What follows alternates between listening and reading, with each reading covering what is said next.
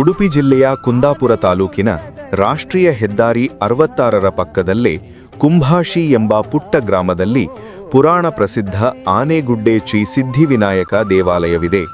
ಪುರಾಣಗಳ ಪ್ರಕಾರ ಹಿಂದೆ ಅಗಸ್ತ್ಯ ಮುನಿಗಳು ತಪಸ್ಸು ಮಾಡುತ್ತಿದ್ದಾಗ ಅಡ್ಡಿಪಡಿಸುತ್ತಿದ್ದ ಕುಂಭಾಸುರ ಎಂಬ ಅಸುರನನ್ನು ಪಾಂಡವ ಭೀಮಸೇನನು ವಿನಾಯಕನ ಪ್ರೇರಣೆಯಂತೆ ಸಂಹರಿಸಿದ ಪವಿತ್ರ ಸ್ಥಳವಿದು.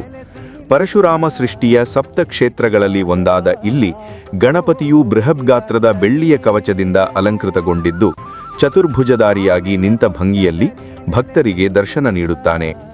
ವಿಶೇಷವಾಗಿ ಗಣೇಶನು ಇಲ್ಲಿ ನಿಂತಿರುವ ಭಂಗಿಯಲ್ಲಿರುವುದು ಭಕ್ತರ ಕಷ್ಟಗಳನ್ನು ಕೇಳಲು ಮತ್ತು ಅವರ ಇಷ್ಟಾರ್ಥಗಳನ್ನು ಪೂರೈಸಲು ಆತ ಸದಾ ಸಿದ್ಧನಾಗಿದ್ದಾನೆ ಅಥವಾ ಸಿದ್ಧ ಸಂಕಲ್ಪ ಹೊಂದಿದ್ದಾನೆ ಎಂಬುದರ ಸಂಕೇತವೆಂದು ನಂಬಲಾಗುತ್ತದೆ.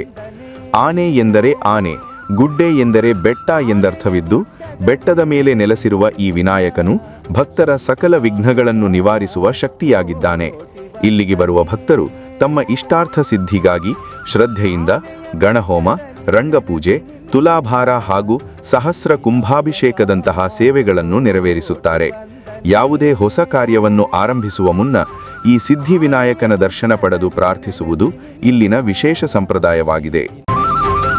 ಆನೆಯ ಗುಡ್ಡದಲ್ಲಿ